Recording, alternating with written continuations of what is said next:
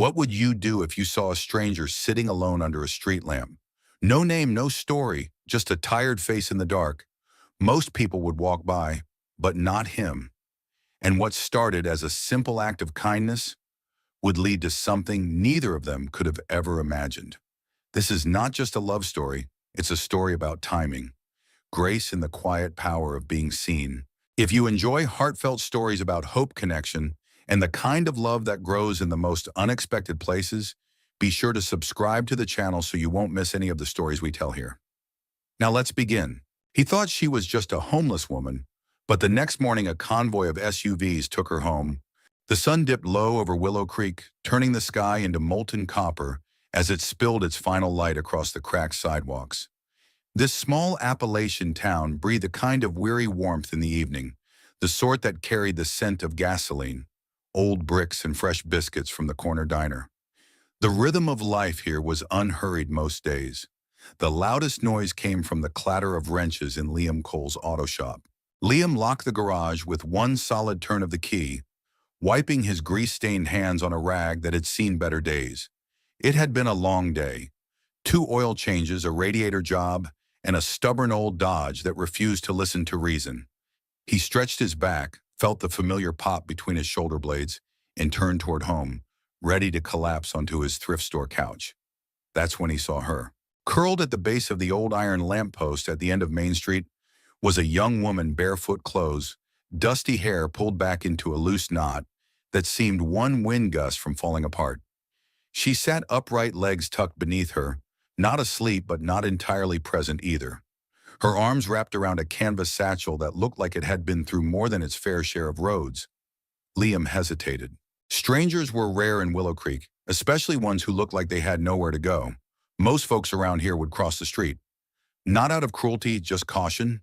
He didn't cross the street. Evening, he said, his voice even, but gentle. The woman looked up. Her eyes met his, clear, dark, and unexpectedly alert. Evening, she replied, calm but guarded. You all right? He asked. She nodded, just resting. He shifted on his feet, uncertain. You from around here? No, a beat. Just passing through. Liam glanced around. No car, no phone, no backpack, just that bag. Her sandals looked 2 towns past worn out. You eaten anything tonight? She hesitated. No. He reached into the front pocket of his work jacket and pulled out a sandwich wrapped in butcher paper, turkey, and cheddar from the diner. It had been meant for his dinner. He knelt and held it out. It's yours. The woman blinked, her expression unreadable. Why? He shrugged. You look like you could use a meal more than I could. Still wary. She took it, unwrapped it slowly. Ate with deliberate, careful bites like someone who had learned not to expect seconds. He sat down on the curb, a respectful few feet away. I'm Liam. She paused mid-bite. Clara, nice to meet you. Clara. She gave a tiny nod, chewing in silence. The street fell quiet. In the distance, the wind rustled the trees lining the courthouse steps. A neon sign buzzed over the diner. Liam felt the kind of stillness that didn't come often, the kind you didn't want to break with small talk. After a while, he asked, Got somewhere to sleep tonight? She glanced down, then away. I'll manage. He took a breath. I've got a cot in the back of my shop. It's not the Ritz, but it's warm and safe. You'd have privacy, lock on the door. No pressure, just, if you need somewhere. She looked at him for a long moment, studied his face like she was looking for an angle. But there was none. Only the quiet, steady patience of someone who knew what it was like to have nowhere to be. Finally, she stood, picked up her bag. Okay, she said softly. Just for the night. Liam unlocked the side entrance of the garage and flipped on the light. The shop felt different at night, hushed still like an old friend at rest. He led her through the rows of tools and grease-slick floors to a small back room that doubled as his office, and when needed, a place to crash during late repairs. The cot sat in the corner, neatly made. There was a folded blanket, a spare pillow, and a floor lamp, casting a soft glow across the old linoleum. You can lock the door from the inside, Liam said. No one will bother you. Clara stepped inside. Her fingers brushed the edge of the desk, then the back of a wooden chair. She looked around as though it might all vanish if she blinked. Thank you, she said, her voice low. He nodded. I'll be out front if you need anything. As he turned, she asked, Why did you stop? He turned back. Because you look like you needed someone to. She said nothing more and he didn't press her. Later that night, Liam sat outside the shop, a steaming mug of coffee between his hands. The sky above was clear stars scattered like breadcrumbs across velvet. But his mind wasn't on the stars. It was on the girl in the back room.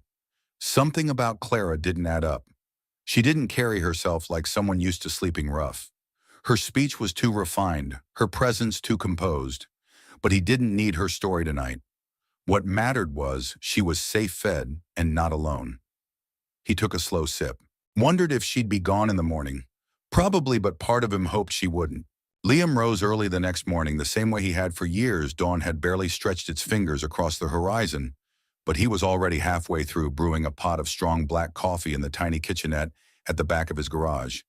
Habit more than need moved him, but today wasn't just another day. He glanced down the short hallway toward the back room, toward the girl Clara. The memory of her sleeping form curled quietly beneath the old wool blanket lingered in his mind like morning fog. For a brief second, he wondered if she'd already gone. He walked quietly to the door and knocked gently. "Clara," he said softly enough not to startle her. No answer. Carefully, he turned the knob and peeked in. She was still there. Clara lay on her side, arms folded beneath her cheek, her chest rising and falling in the steady rhythm. The early light touched the edges of her hair, giving it a faint bronze hue. The tension she'd carried last night seemed to have faded in sleep, if only slightly. He closed the door and let out a breath he hadn't realized he was holding. By the time the bell above the garage door jingled at 8 a.m., Liam had already changed the oil in an old Ford and restacked a set of tires. Mr. Bledsoe, a retired electrician, strolled in as usual for his Tuesday tire pressure check, talking about the rising price of bacon and his grandson's piano recital. Liam nodded in all the right places, but part of him kept listening for the creak of the back door. At 10:06 a.m. it came. Clara stepped quietly into the garage, blinking against the sunlight pouring through the open bay doors. She looked more awake, her hair tied back into something closer to intentional. Her canvas bag was slung over her shoulder, though it seemed she hadn't packed it up to leave morning. Liam said, keeping his tone light. Morning, she echoed, her voice clearer than the night before. He gestured to the counter beside the coffee pot. "Fresh brewed cream and sugar, if you want it." She hesitated only a second before pouring herself a mug. She sipped, grimaced, then added 2 spoonfuls of sugar. "You don't strike me as a sugar guy," she said, settling onto the step just outside the bay. Liam chuckled and sat beside her. "Not since high school football." They sipped in silence for a moment, the distant murmur of birds and the occasional car passing by. The only soundtrack. Clara glanced down the street. "It's quiet here, it is," Liam said. "Not much happens, but that's sort of the appeal." She nodded slowly. "Feels like a different planet." He looked at her, noting the way her eyes kept moving, always watching, always aware.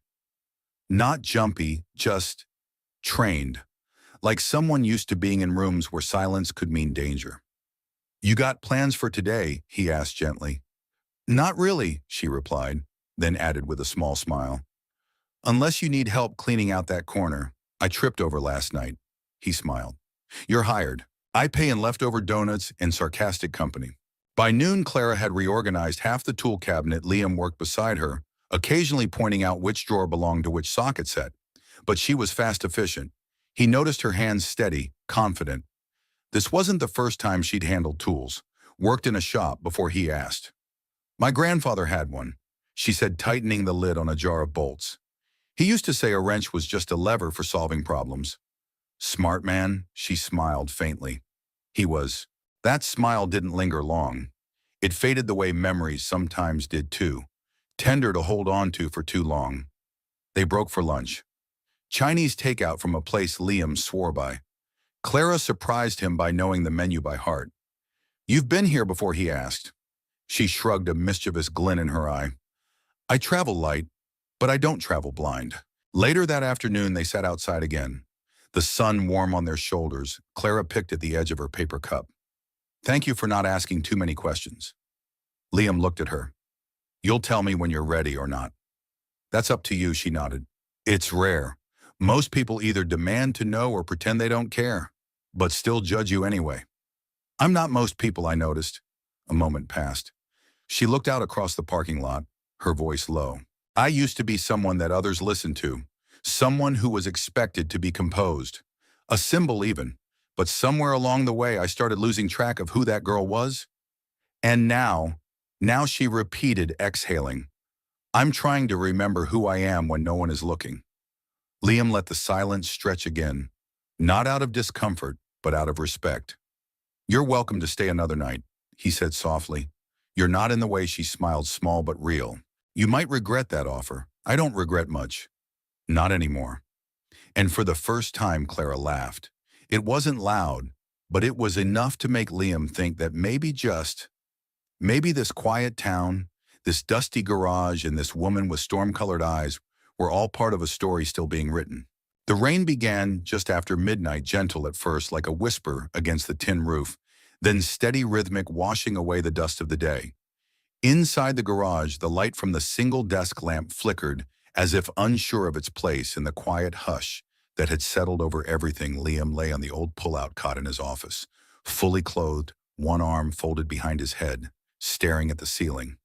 Sleep had eluded him for the better part of an hour. He wasn't sure why he'd had longer days and heavier worries, but something about having Clara there, just down the hall, left him restless, not uneasy, just aware. He kept thinking about the way she'd laughed earlier. It had been brief, almost shy, like something unused to being let out. It had lingered in the air long after she'd gone back to the room. He was reaching for his coffee mug, cold now, but familiar when he heard it. A sound, soft, muffled crying. It was barely audible beneath the rain, but distinct enough to make his breath catch. He rose quietly, walked down the hallway with measured steps, and paused at the closed door. He didn't knock, didn't call her name. He just stood there listening. Clara was crying, not sobbing, not the loud gasping kind. It was quiet, like someone trying not to cry, but losing the battle one tear at a time.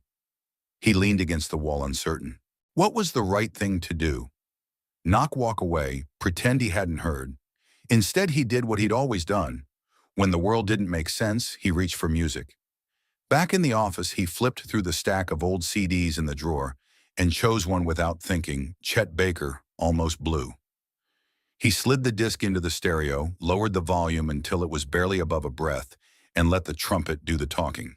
The mournful melody drifted through the garage, wrapping itself around the silence like a blanket. The rain didn't stop, but it softened. The world for a few minutes felt tender. 20 minutes passed, then a soft knock. He turned to see Clara in the doorway, her arms folded across her chest, her eyes red but clear. I didn't mean to wake you, she said. You didn't, he replied gently. Chet Baker's been keeping me company. She gave a half smile and stepped inside, drawn by the sound my mother used to play this album. On Sunday mornings, she had good taste. Clara glanced around the room, her gaze landing on the cluttered desk, the aging coffee maker, the photo of Liam's parents tacked above the filing cabinet. You really live here? She asked. Sometimes when work runs late, or when I don't feel like going home to four walls and silence? She nodded as if she understood more than she let on. Silence can be loud. He gestured to the second folding chair across from his. Sit. She hesitated, then sat. For a moment, neither spoke. The music carried the weight of the conversation. Finally, she said, Do you ever feel like you disappeared before you even left? Liam looked at her. Yeah, I do. I used to be surrounded by people, she continued. Meetings, interviews, social events. I had assistants who scheduled my life down to the minute, but somehow in all that noise I vanished. He didn't ask for details. The pieces were starting to come together. Not the whole puzzle, but enough to sketch an outline. Clara wasn't just some woman down on her luck. She was someone who had once lived in a very different world, one she'd chosen to leave. Sometimes, Liam said slowly, the loudest place in the world is the one where no one actually hears you. She looked at him, then really looked, and there was something raw in her expression. Recognition. And maybe for the first time in a long while, relief. I didn't want to be rescued, she said quietly. I just wanted to be seen. You were. Clara's eyes shimmered, but she didn't cry again. Instead, she reached over and adjusted the volume on the stereo, letting the music fade into the background. I don't know what comes next, she said. You don't have to, he replied. You're allowed to just be here. They sat like that for over an hour, two people bound not by romance or need, but by the strange grace of shared stillness. No assumptions, no expectations, just breath and presence and healing. Eventually, Clara rose. I should get some sleep, Liam nodded. The cot's yours for as long as you need. She paused at the door. Thank you, Liam. He nodded. Anytime she walked back down the hall, her steps softer now. Steadier. He didn't follow. Didn't need to. He poured himself a fresh cup of coffee even though the hour made it foolish. But as he took the first sip, a strange warmth settled over him. Not from the drink, but from something quieter. From hope. And for the first time in a long while, Liam Cole didn't feel alone. The morning broke bright and cloudless, the kind of day that made Willow Creek look like a postcard town. Dew clung to the grass outside the garage, and the sun slipped through the clouds like honeybirds chirped over the low hum of Liam's air compressor as he checked the brakes on a dusty Silverado. Clara had stayed quiet since their late-night conversation. She'd returned to the cot, and when Liam woke hours later, she was still asleep, peaceful beneath the wool blanket. There was something different about her this morning, something more anchored. She emerged just after 8, holding a steaming mug of coffee and wearing a calmness that hadn't been there the day before. Sleep okay? Liam asked, glancing up from beneath the truck. Better than I have in weeks, she said. Thank you for last night. You needed quiet. I just had a room full of it. She smiled, and for a moment, it was just two people in an old garage sipping coffee and breathing a little easier. But peace, Liam knew, didn't always last. The sound came around 10:15 a.m., a low rumble at first distant, indistinct. Liam thought it was just another semi rolling down the state highway. But then the sound grew louder, sharper, more purposeful. Not one vehicle, but several tires on gravel engines, synchronized like clockwork. He stepped outside. 4 black SUVs were gliding down the narrow lane, polished to a mirror shine. Not local, not by a long shot. They rolled to a stop in front of the garage like a scene from a movie, deliberate, controlled, and out of place in sleepy Willow Creek. The windows were tinted, the license plates were out of state. Liam's instincts from his Marine days stirred uneasily. The driver's door on the lead SUV opened and a woman stepped out. She was in her 50s, tall and elegant, in a tailored gray suit. Her heels crunched lightly on the gravel as she surveyed the area with the cool detachment of someone used to being in command. Her eyes landed on Liam, then drifted past him into the garage. Clara, the woman called, her voice sharp, but not unkind. Liam turned. Clara had frozen behind him, her mug halfway to her lips. Her face drained of color. She didn't look shocked. She looked like someone who had been waiting for this moment and dreading it all the same. The woman stepped forward. Clara, thank God, we've been looking everywhere. Liam looked between them, confused. You know her. The woman gave him a quick once-over. I'm Meredith Hartley, Clara's godmother and legal counsel to her family. We've been searching for her for nearly a week. Liam blinked. Hartley, as in Hartley Innovations, as in the Hartleys. Clara stepped forward slowly, her voice low. Meredith, I told you I needed space, and you vanished. Meredith said, her tone softening. You left your phone, your ID. Gregory is worried sick. Your father's ready to call in federal resources. Clara flinched at the word father. I didn't mean to cause panic, she said. I just needed one night. Away from everything. Meredith nodded, looking over at Liam again. You've been staying here. Clara glanced at him. Yes, he helped me. That's all. Liam didn't know what to say. His thoughts spun, trying to reconcile the girl who folded rags and cleaned grease pans with the daughter of one of America's most powerful corporate families. He looked at her, truly looked, and it all made sense. The posture, the caution, the precise, deliberate way she moved through the world. Clara hadn't been pretending to be someone else. She'd been shedding the weight of who she was. Give me 5 minutes, she said to Meredith, then turned to Liam. They stepped to the side just beyond earshot. I'm sorry, Clara said softly. I should have told you. You didn't owe me anything. Liam replied. Yes, I did, she said. You gave me safety without questions. That's more than most people ever gave me. He swallowed hard. You going back to that world? She hesitated. I don't know. I have responsibilities, but I don't want to disappear again. Not the way I did before. Liam studied her eyes. The girl beneath the lamppost was still there, fragile, determined, searching. But so was something stronger now. A woman who had faced herself in the dark and chosen not to run. She reached into her bag and pulled out a card. It was simple, just a name, a private phone number, and a gold-embossed logo. "If you ever need anything," she said, "even if it's just a place to sit quietly for a while, call me." He took the card and nodded. "Will you be okay?" She smiled, and for once it didn't carry the weight of apology, I think. "So I found what I came looking for." "And what's that proof?" she said, "that I could still be seen for who I am, not what I'm worth." They stood in the silence for a moment longer. No embrace. No grand farewell. Just two people who'd shared something honest. Clara walked back to the SUV.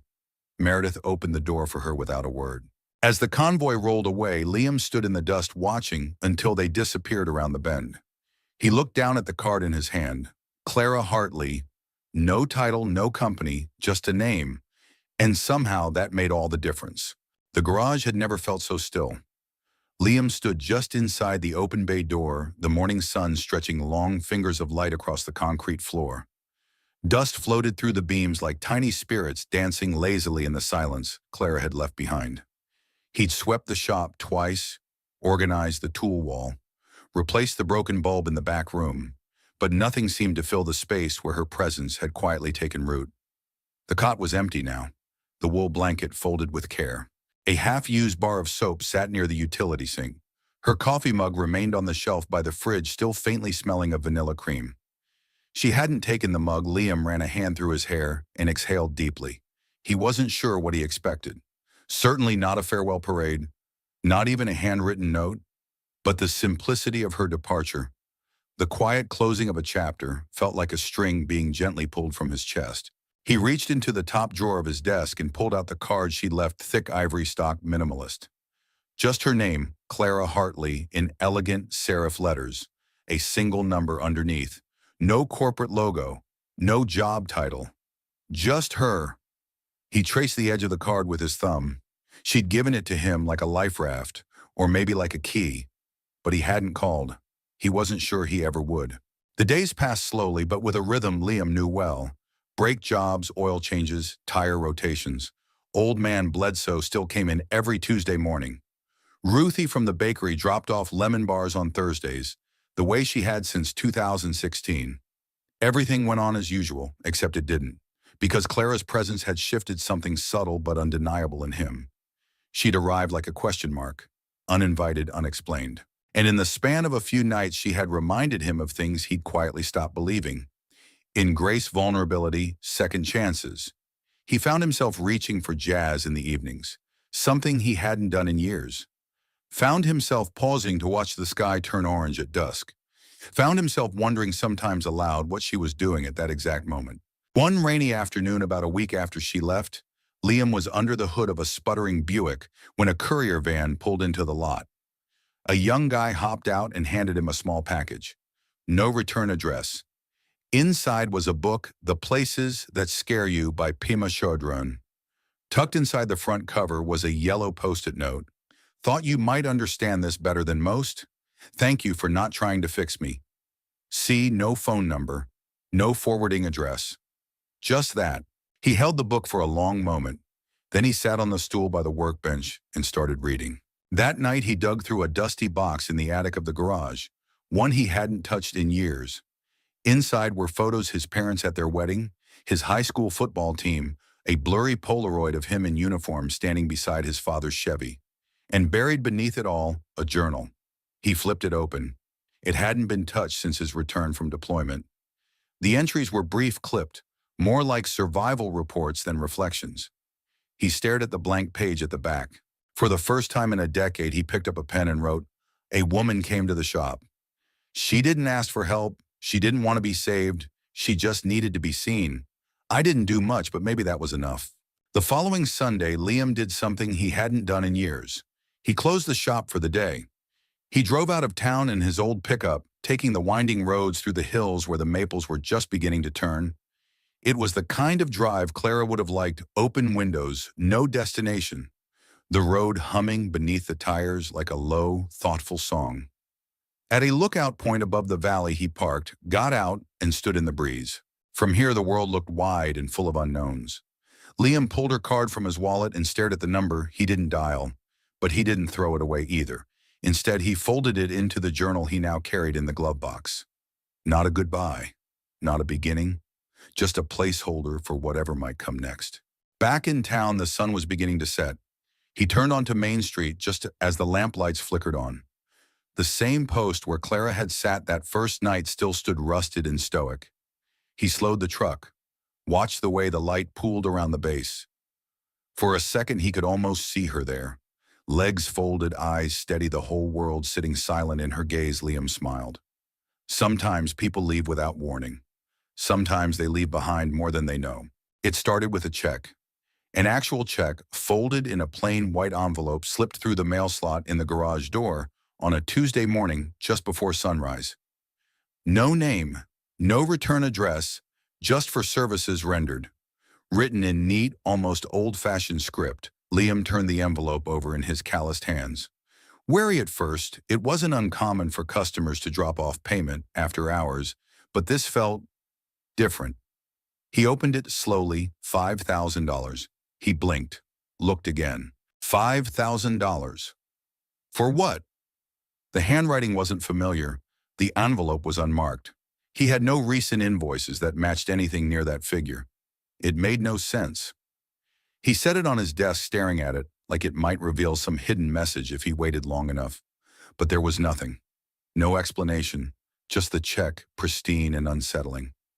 For a moment he thought of Clara, the way she'd walked back to that convoy of SUVs without a word of complaint, the way she had looked at him that last morning like she wanted to say something more but couldn't. He slid the check into the drawer beneath her coffee mug and left it there. By Friday, the phone calls began.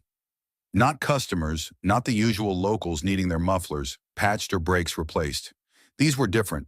A man with a sharp New York accent asking if Liam could consult on a specialty engine.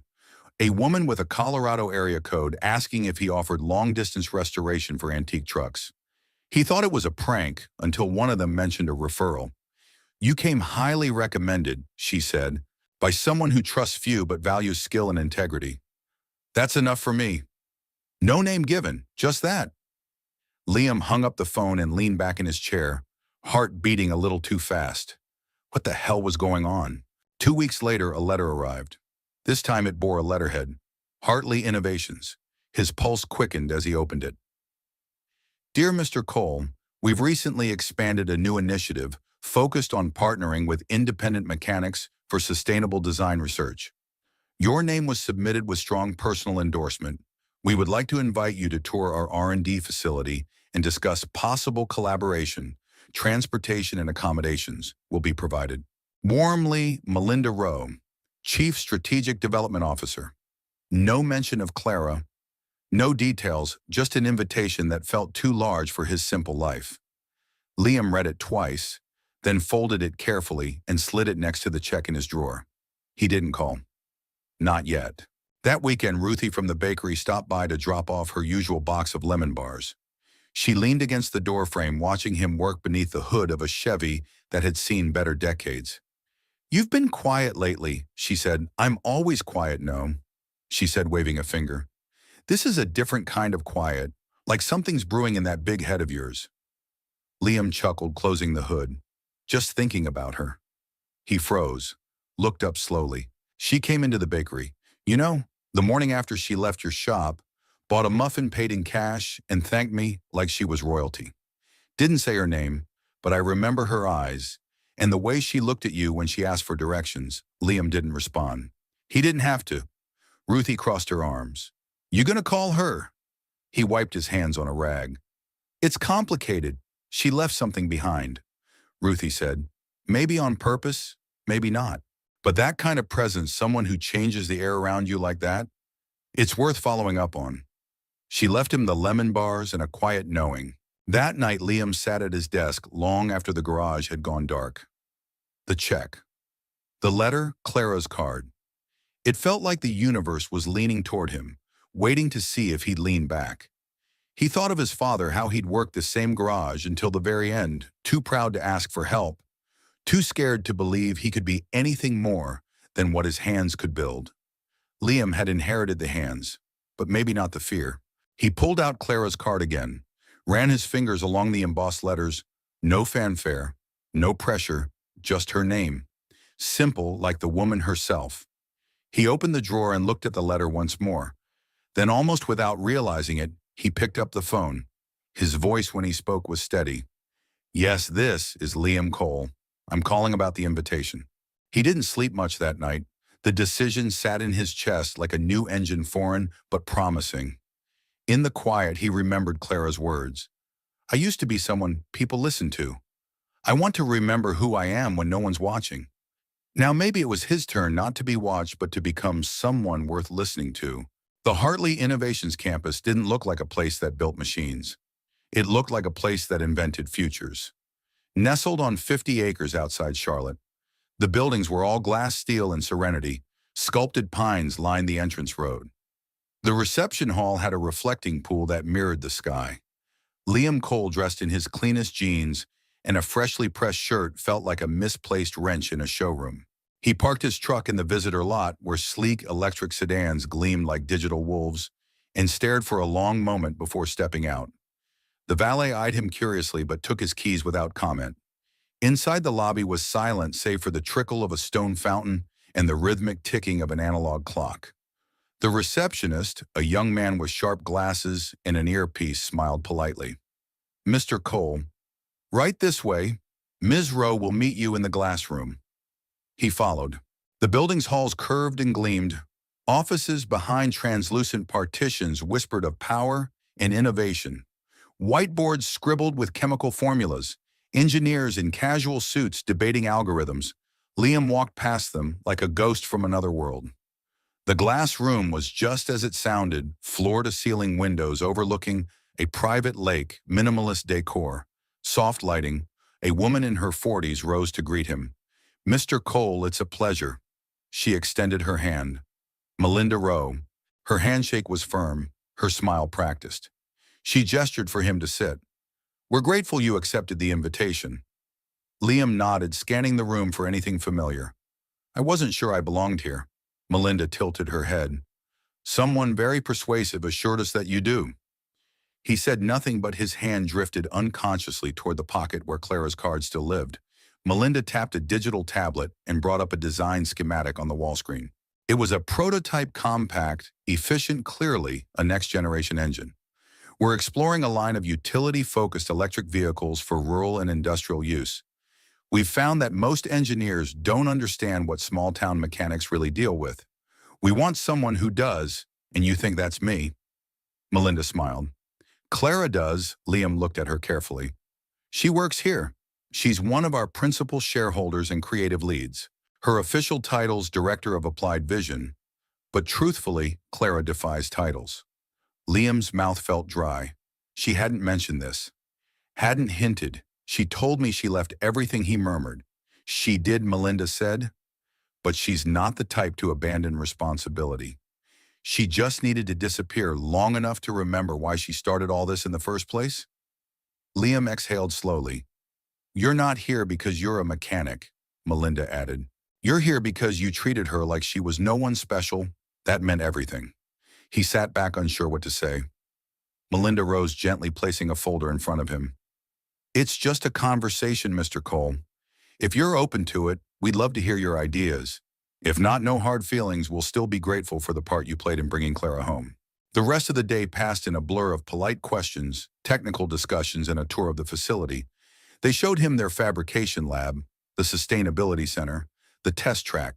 At every turn, someone mentioned Clara. Clara proposed that shift. Clara challenged that design. Clara insisted we meet with people who actually get their hands dirty. He saw photos of her on display walls at conferences and factory meetings, kneeling beside a concept engine in work boots and gloves. There was no vanity in her image, only focus, leadership, resolve.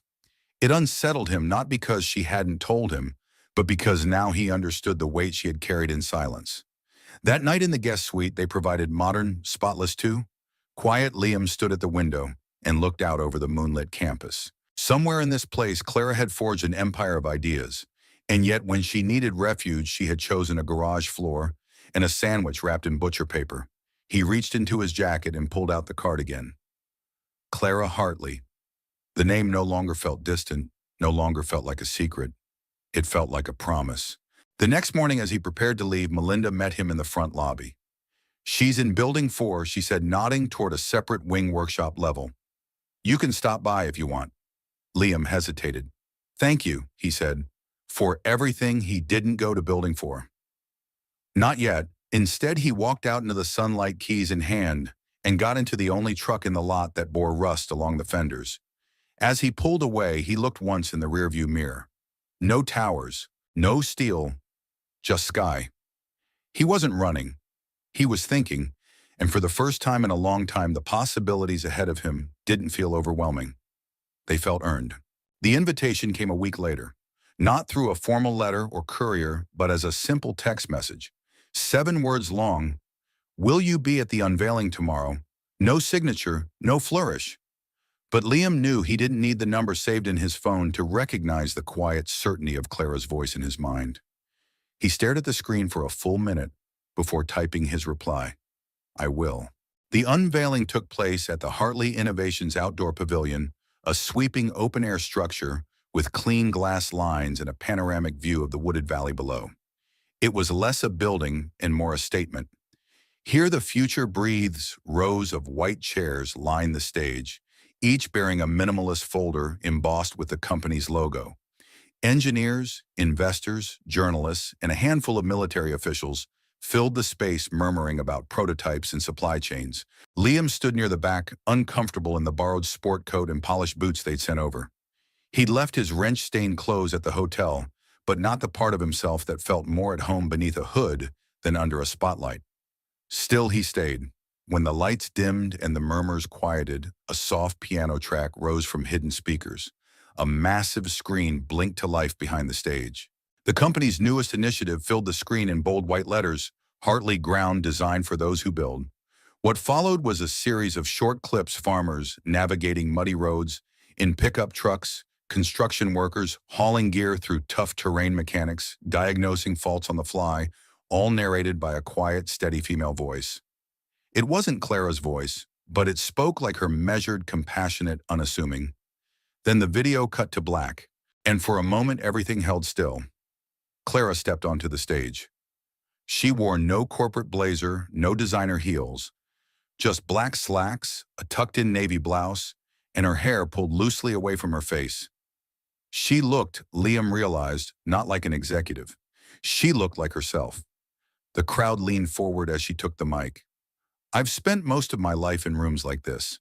She began, "rooms where vision is measured by graphs and people by their titles. But 2 months ago, I met someone who reminded me that real innovation starts in places with no nameplates, no press coverage, and no applause. Just calloused hands, honest work, and the courage to care quietly." Liam felt the breath catch in his chest. Clara continued, her gaze sweeping the crowd but never quite landing on him. "He didn't know who I was. He didn't ask. He just gave me a sandwich and a place to rest. That small act taught me more about human-centered design than any boardroom ever has." She paused, letting the words settle. "Hartley Ground is our attempt to honor that simplicity, to meet people where they are, to build not for headlines but for hands." The applause was quiet at first, genuine, thoughtful, before swelling into something larger. Clara stepped back from the mic, nodded once, and walked off stage. Liam didn't wait for the reception. He left before the reporters began swarming and before the next presenter even took the stage. He wandered the back paths of the campus until he reached a quiet overlook, a bench facing the lake, the same glassy waters he'd seen on his first visit. She was already there. Clara sat with her hands folded in her lap, eyes on the horizon, like she'd known he'd come. He didn't say anything at first, just sat. It was several minutes before she spoke. "You didn't have to come, I know," he said. "But you did." He nodded. "I wanted to hear what you had to say." She turned toward him, her eyes soft. "I wasn't sure you'd still want to." "I wasn't sure either," he admitted. "But then I remembered something." "What's that?" "That night in the garage when you said you used to be someone. People listened to. I didn't know then what you meant, but now I do. Clara looked away, her fingers tightening around each other. You're not that girl under the street lamp anymore, he said, but she's still part of you, and I liked her. I like you. Her shoulders relaxed slightly. I was terrified to see you again. Not because of who you are, but because of who I've had to be out here. All the masks I thought I'd burned. They're still hanging in every hallway. You didn't wear a mask with me. That's what scared me most, she said, her voice almost breaking. You saw me without one, and I still don't know if I deserve that. Liam turned toward her. We're not made to be perfect, Clara. We're made to be honest. That's what you were. She smiled, then a small, broken, beautiful thing. I've missed talking like this, she whispered. So have I. They sat in silence again. Not the awkward kind, but the kind that fills in spaces that used to ache. Finally, Clara reached into her coat and pulled out something familiar. His coffee mug. She held it out. You left this in the back office. Thought you might want it back. Liam took it, gently chuckling. Didn't think you were the sentimental type. I'm not, she said, but I'm learning. As the sun dipped below the trees, casting golden light over the lake, Liam turned toward her. Clara, he said quietly, what happens next? She didn't answer right away, but then she reached for his hand, slowly, deliberately, and laced her fingers through his. Maybe, she said, we find out together. They met the next morning in the workshop. Not a boardroom, not a presentation hall, but among the smell of sawdust oil and the low hum of machinery, Clara insisted on it. She said it was the only place that ever made her feel like she belonged. Liam showed up in jeans and a faded denim shirt, sleeves rolled, hands already streaked with graphite from fiddling with an old carburetor he'd found on her workbench. She smiled when she saw him holding 2 coffees, one black, one with cream. He took the black without asking. You remembered some things you don't forget, she said, handing it over. They stood in the quiet clink of tools and background noise. Clara gestured toward a new design schematic laid out across the drafting table. It was a modular engine system, simple, efficient, rugged. Something that looked like it belonged under the hood of a farm truck more than a showroom vehicle. It's brilliant, Liam said, running his hand along the edge of the blueprint. Who came up with it? You did. He looked at her. That night, she said, when you explained how you modified the dual manifold system on the Dodge without high-performance parts. That's where it started. This, she tapped the blueprint, is just that idea scaled and translated. Liam stared at the page, stunned. You remembered that I didn't forget a word of it. He let out a breath, feeling something unnameable rising in his chest. She folded her arms, suddenly more reserved. I want you on the team, Liam. Not as a guest, not as a consultant from afar. I want to build this with you, together. He raised a brow. You're serious? I've never been more. He studied her face. There was no pitch in her voice, no performance. Just truth. Still, he hesitated. I'm a small-town mechanic, Clara. I don't have a degree. I've never drawn a patent or worn a headset to a meeting. You've fixed more broken systems with half the tools than some engineers with a lab full of funding, she said firmly. And more importantly, you see people. You design with your hands, but you build with your heart. That's what this place needs. He rubbed his jaw, still trying to absorb it all. What would I even be? He asked. Clara smiled. Partner. His breath caught partner. In development, in problem solving, in asking better questions. Maybe, she added gently, in something else too. That last part hung in the air like an unspoken melody. Liam looked around the workshop, the sunlight catching on a stack of wrenches, the scuff marks on the cement where people moved with purpose. It wasn't flashy, it wasn't corporate, it felt honest. I don't know how to play politics, he said at last. Good, she replied. I'm tired of people who do. He chuckled. You really want to work with me? Clara stepped closer, her voice soft. I want to build something that matters with someone who understands what matters. Not just numbers, not just margins.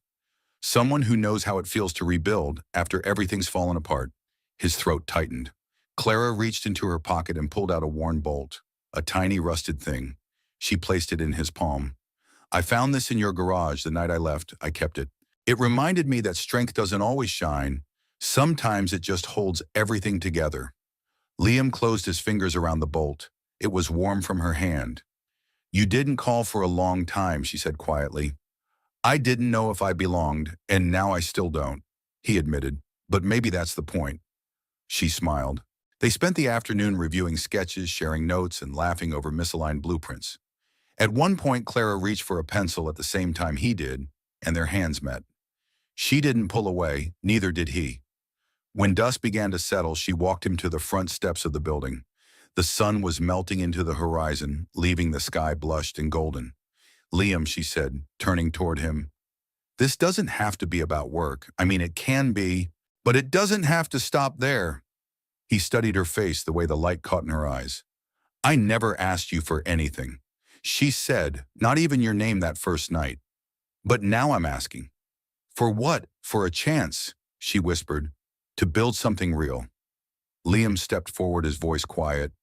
"Then let's build slow," he said. "Let's build it right." She nodded, and for the first time their story wasn't about rescue or refuge or survival.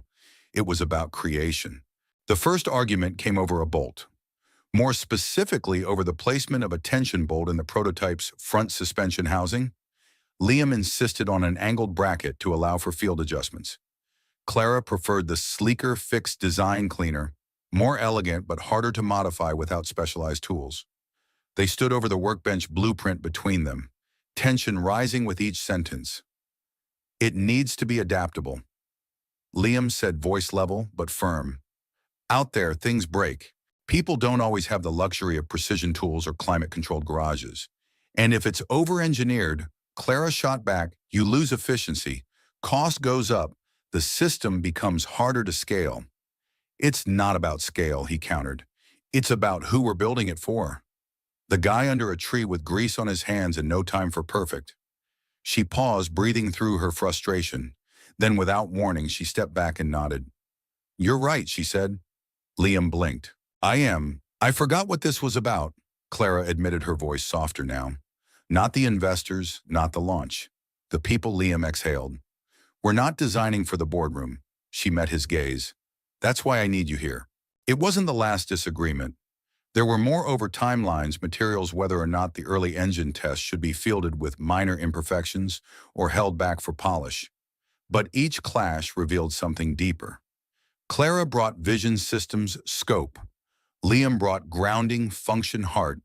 And somewhere between those tensions, they began to trust not just each other, but the space between them. One morning, Liam arrived to find a sticky note on his desk. "Testing is about discovery, not perfection. C," he smiled and scribbled back, "good because perfection's overrated. L." By week's end, they had developed a rhythm. Clara would call out design notes while Liam adjusted the 3D model. He'd suggest changes mid-prototype, and she'd evaluate them on the fly. They argued, laughed, and on the rare occasion when neither had anything to say, they just worked in silence, comfortable and complete. It wasn't easy, but it was real. On Friday afternoon, Clara invited Liam to her private testing site, an off-grid terrain park nestled on the edge of the company's forest reserve. They drove out in a beat-up prototype pickup, its body unfinished, sensors exposed like bones under skin. Liam handled the steering. Clara held the clipboard, hair blowing wildly from the open window. "You know you're driving like you stole it, right?" she shouted over the engine's growl. He grinned. "Only way to find out what it can take." The truck lurched over a rocky incline, rattling but holding. At the summit, Liam killed the engine. They stepped out into silence, the kind that only existed far from roads and reception. Clara leaned against the hood, her blouse streaked with dust, clipboard abandoned in the cab. "This feels more honest than any presentation I've given," she said, staring at the tree line. "Here it's just metal and willpower." Liam joined her, crossing his arms. "You've built a hell of a lot more than metal, Clara." She looked at him, then eyes searching. "So have you." They didn't kiss, not then. Not under the forest canopy or the golden light filtering through the trees.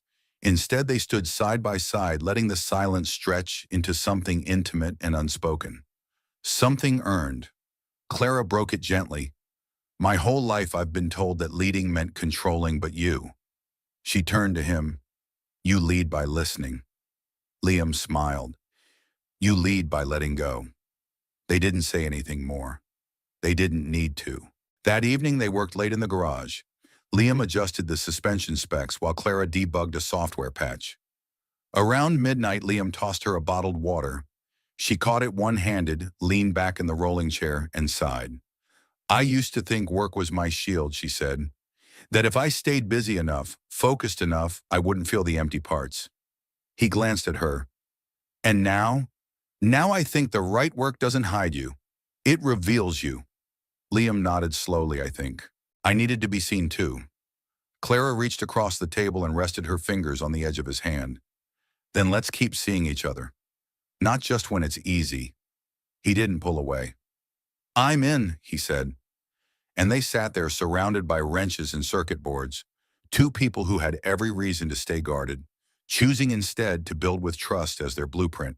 The invitation came in a plain envelope, hand-delivered, and bearing no company seal, just a small return address in handwritten, cursive, Hollow Creek Children's Shelter. Clara placed it on Liam's desk with a gentle tap.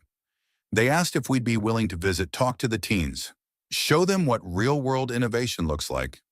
Liam looked up from the engine sketch he was modifying.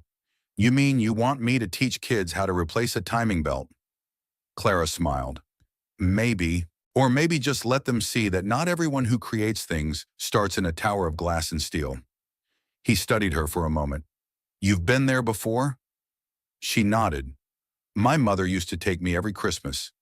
It was her way of reminding me that life outside our gates didn't revolve around shareholders or status APAs. She passed when I was 19. I never went back. Liam softened. Let's go. They arrived the following Saturday driving the prototype pickup. Its body now painted, its interior unfinished. Clara insisted they leave it that way. Let them see the process, she said. Not just the polish. The shelter sat on the edge of a wooded property, a modest one-story building with bright murals covering its aging brick walls. Kids milled about the yard as they pulled in, some laughing, some guarded, all curious. Inside, a wiry woman with silver hair and warm eyes met them at the door. Clara Hartley, she said with a knowing smile. Didn't think I'd see your face again. Clara embraced her. It's good to see you. Louise. Louise turned to Liam. You must be the mechanic who doesn't know he's a teacher yet. Liam smiled, shaking her hand. I'm just here for the spark plugs. She winked. They're in the back, but first you've got an audience. The audience was a dozen kids ages 8 to 17, seated in a makeshift classroom with folding chairs and wide eyes. Clara stood in front. Liam beside her, feeling entirely out of his depth. Clara started simply, This is Liam. He's a mechanic, a designer, and though he'll never admit it, an inventor. Liam cleared his throat. I just fix things that don't want to work. The kids chuckled. Over the next hour, Liam demonstrated how a crankshaft worked using a broken bicycle, a string of washers, and 2 plastic cups. Clara explained how ideas become sketches and sketches become machines. But it wasn't the content that mattered. It was the energy. The kids asked questions. They laughed when Liam couldn't remember the name of a particular valve and called it the angry tube. They listened when Clara told them they didn't need money or degrees to start building, just curiosity. And the guts to fail. At one point, a girl in a red hoodie raised her hand. Did you guys always know what you wanted to be? Clara hesitated. No, she said, I only knew what everyone else wanted me to be. Liam added, and I only figured it out when I stopped trying to prove anything. The room grew quiet, not heavy, just thoughtful. The girl lowered her hand. That makes me feel better. Clara smiled, it should. After the workshop, they helped plant a garden out back. It wasn't part of the plan, just something that started with a shovel and grew into a group project. Liam knelt beside 2 boys, teaching them how to turn the soil.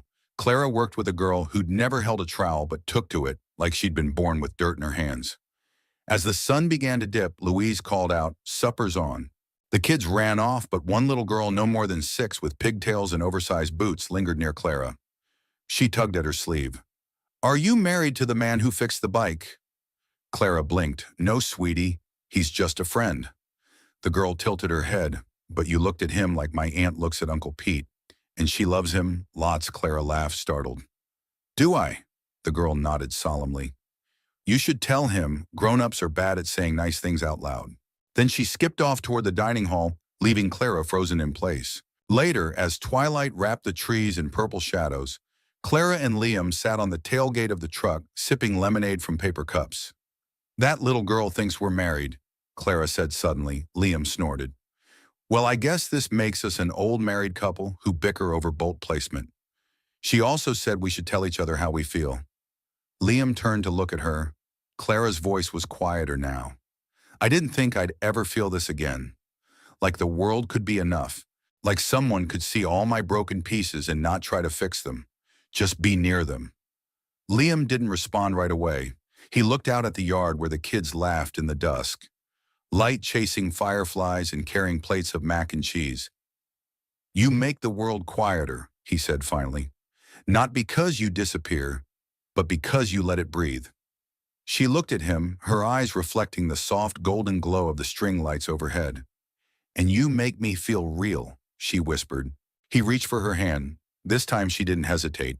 That night, as they drove back under a sky full of stars, neither spoke much. Words weren't needed. Between the hum of the tires and the warmth of her hand in his, everything was said already. In the quiet between them, something new had taken root. And this time, it wasn't business. It was something far more difficult. Far more lasting love. Autumn had settled over Willow Creek like a soft blanket. Warm golds, crisp reds, the scent of wood smoke and apples in the air. The town moved a little slower now. Kids kicked up piles of leaves after school, and the days tilted gently toward early dusk. Liam stood outside his garage, arms crossed, sipping coffee from the old ceramic mug Clara had once returned to him. The same one she'd sipped from that second morning when her guard was still up and her past still hidden behind tired eyes. That had been 3 months ago. 3 months since a girl beneath a street lamp changed the shape of his quiet life. And tonight she was coming back. Not for a visit, not for a meeting. For good. He'd spent the morning cleaning the back room, not because she asked, but because he wanted her to see how much had changed and how much hadn't. The cot had been replaced with a proper bed. A small bookshelf stood in the corner, stocked with the titles she'd once said she loved. On the windowsill, a pot of lavender, her favorite, soaked in the afternoon light. He'd even fixed the porch light that had flickered since spring. She always noticed small things like that.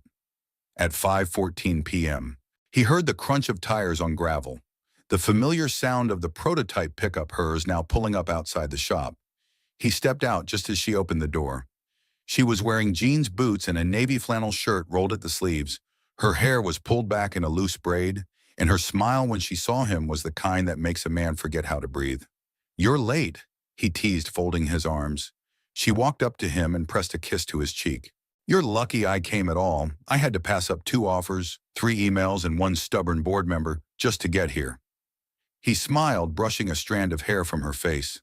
"Still worth it." Clara looked around at the garage, the street, the faded lamppost at the corner. "It always was," she said. That evening, they didn't go to a restaurant. They didn't host a launch party or pop champagne. Instead, they walked just like that first night. The air was crisp, leaves skittering across the pavement. Liam carried a paper bag with 2 turkey sandwiches and a thermos of coffee. Clara tucked her arm into his, their footsteps unhurried, their silence full. They reached the old lamppost just as the sun dipped below the hill. The light buzzed on with a soft hum, casting a familiar glow over the sidewalk. Clara stopped, looked down at the base of the post, where she'd once sat with a bag and no plan. "I was so lost that night," she whispered. "I wasn't running from anyone. I was running from myself. And you stopped here." Liam said she turned to him because you didn't look away. He took her hand and lowered himself to sit beside her, right on the sidewalk. She laughed and joined him, knees tucked close, just like before. He opened the bag and handed her a sandwich. She took it, grinning. "You really are a creature of habit." Only when the habit's worth keeping, they ate in silence for a moment, watching the town settle into twilight. Lights flickered on in distant windows. A dog barked down the street. Somewhere a train rumbled softly through the hills. Clara leaned her head on his shoulder. "You know," she said, "we could start something right here." He raised a brow. "Start what, a tradition? Every year we come back to this spot, same sandwiches, same lamppost. Just to remind ourselves where it all started." Liam smiled. "And if it's raining, then we sit here wet and grateful." He laughed and kissed the top of her head. Deal. The next morning, they opened the garage together. Not as business partners, not as CEO and consultant, but as two people who had chosen to build a life out of something no company could manufacture: trust, compassion, and a second chance. Customers came and went. Kids from the shelter stopped by to see the prototype again. Ruthie from the bakery brought cinnamon rolls for the newlyweds, even though they weren't not yet, but soon maybe. Clara set up a small design studio in the back office, sketching ideas while Liam worked the lifts. They shared tools, stories, and occasionally silent frustrations, because they were human and because they were honest. But at the end of every day, they sat together on the front step, no matter how long the hours, no matter how tired their bones, together. One evening, as golden light spilled over the mountains, Liam reached into his pocket and pulled out a ring. Simple silver, no diamond, just a band with a single engraving inside. Scene chosen home. He didn't kneel. He didn't need to. Clara looked at him, eyes wide, heart open. Yes, she said, before he even asked. And just like that, the girl beneath the street lamp became the woman who would never have to run again. And the man who once thought he had nothing to offer became the reason someone believed in beginnings again. They didn't promise perfect. They promised presence. And under the quiet glow of that old lamp, they began their forever. We'd love to hear from you. Where in the world are you watching from? And what part of this story touched your heart the most? If this story moved you, inspired you, or simply made you believe in the quiet power of kindness, please like, share, and subscribe to the channel for more heartwarming stories just like this one. From the bottom of our hearts, thank you for watching and for being part of this community. See you in the next story.